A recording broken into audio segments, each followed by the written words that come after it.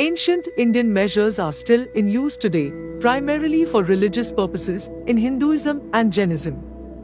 The Hindu view of time can be broadly referred to as the Vedic time system. Time is known as a kala in Vedic system. Time is regarded as a single directional movement, like an arrow speeding from past to future. The idea of time itself was quite advanced in ancient India heritage. The ancient India concept talks of rhythm or universal order which is manifested as time. Time rhythm range from the fast ticking of the atom to the expansion of the entire cosmos. The Hindu chronology does not depend on any mundane event like the birth of a person, coronation of a king, or the military success of an emperor. But it depends only on the movements of various heavenly bodies in the cosmos, or in other words, on astronomical signs. Judging from this viewpoint, the Indian chronology alone is scientific since all other current chronologies are based on mundane event like the birth of a person, or the victory of a race over the other, or the rule of a particular dynasty, or running away of a man from one city to another to save his life, and so on. But during the British colonial rule, the foreign rulers could have been successful to inculcate the idea that the entire concept of Hindu chronology is merely a mythological fiction without having any scientific basis.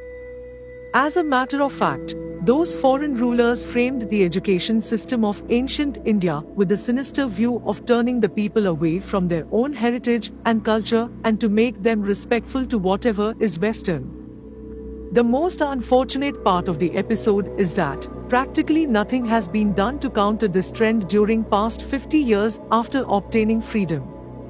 As a result, most of the people of this country do not even know how rich and ancient their own culture is and, on the contrary, have developed a mentality to slight whatever is Indian.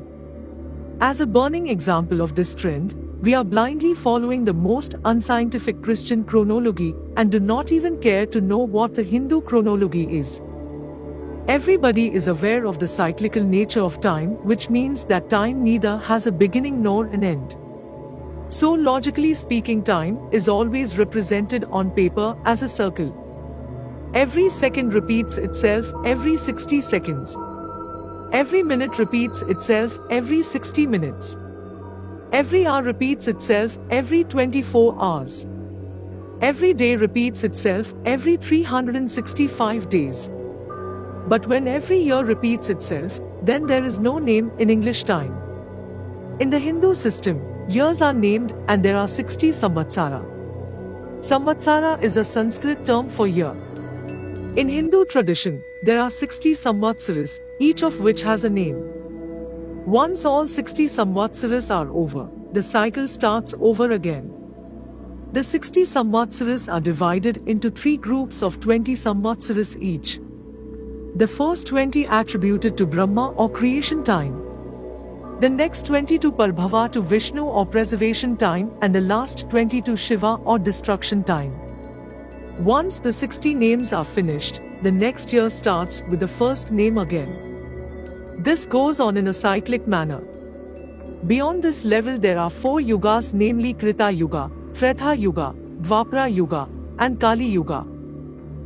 As, according to modern standards, 24 hours make one day and night, one finds that 1 di or danda is equal to 24 minutes, 1 vind is equal to 24 seconds, 1 asu opera is equal to 4 seconds, 1 nimesha is equal to 88.889 milliseconds, 1 tatpara is equal to 2.96 to 96 milliseconds, and finally 1 triti is equal to 29.6 to 96 microseconds, or 33,750th part of second. It is really amazing that the Indian astronomers, at such a long time ago, could conceive and obviously could measure such a small interval of time like triti. It should be mentioned here that 1 unit of pra is the time an average healthy man needs to complete 1 respiration. Also, 60 nadis is equal to 1 ahoratra.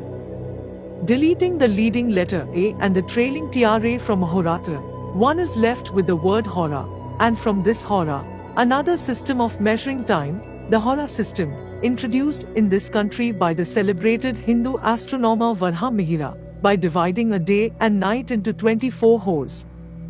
Many believe that from this horse system the entire world has adopted the present practice of dividing a day and night into 24 hours, and moreover, from Sanskrit hor, English hour, Latin hora, and Greek ora have been derived. It is interesting to note here that one can derive the names of the 7 days of a week from this horse system as well. What do you think about? Let us know your thoughts in the comments section below.